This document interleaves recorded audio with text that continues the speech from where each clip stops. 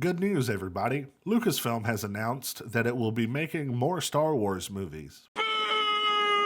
That's right, folks. The announcement that was released in an article from Deadline and seems to have excited no one, Lucasfilm has closed a deal with writer and producer Simon Kinberg to develop, write, and produce a brand new Star Wars trilogy. So, who is Simon Kinberg? He's the genius writer and creative force behind some of the greatest films that have ever been made, like X-Men Apocalypse, X-Men Dark Phoenix, and XXX State of the Union. Now, in all fairness, does this string of past writing failures mean that these movies will be bad? No, not necessarily. He's at least produced some pretty good movies in the past, so while I'm not particularly hopeful or excited about this announcement, I am willing to give him the benefit of the doubt. So, what will these movies be about? As the article says, he will be in charge of episodes 10, 11, and 12, and continue the Skywalker saga, which I can only assume means that they will be set in the distant future because the Skywalkers are all dead. That's right, all of the Skywalkers are dead.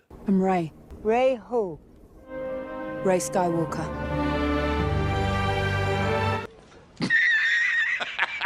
However, with this announcement, I think we should take a moment to examine a problem that seems to be happening at Lucasfilm. Since the rise of Skywalker, they've announced 11 upcoming movies, only one of which has a release date, and the rest of which don't even have names, and are set to be made by directors that most people seem to be less than enthusiastic about, like Taika Waititi, who, as we all know, was the genius behind this.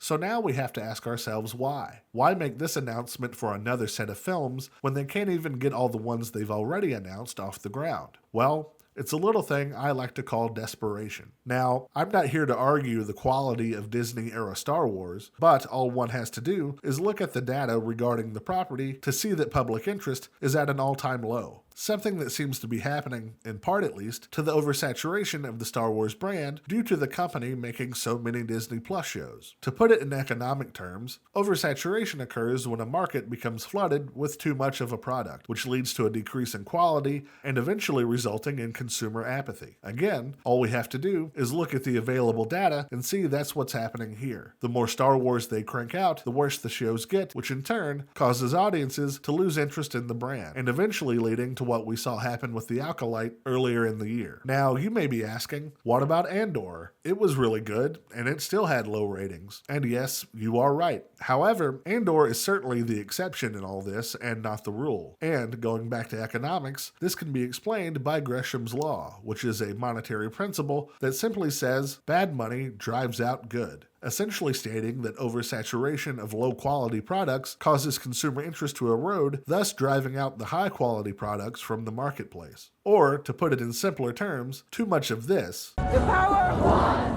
The power of two. The power of many.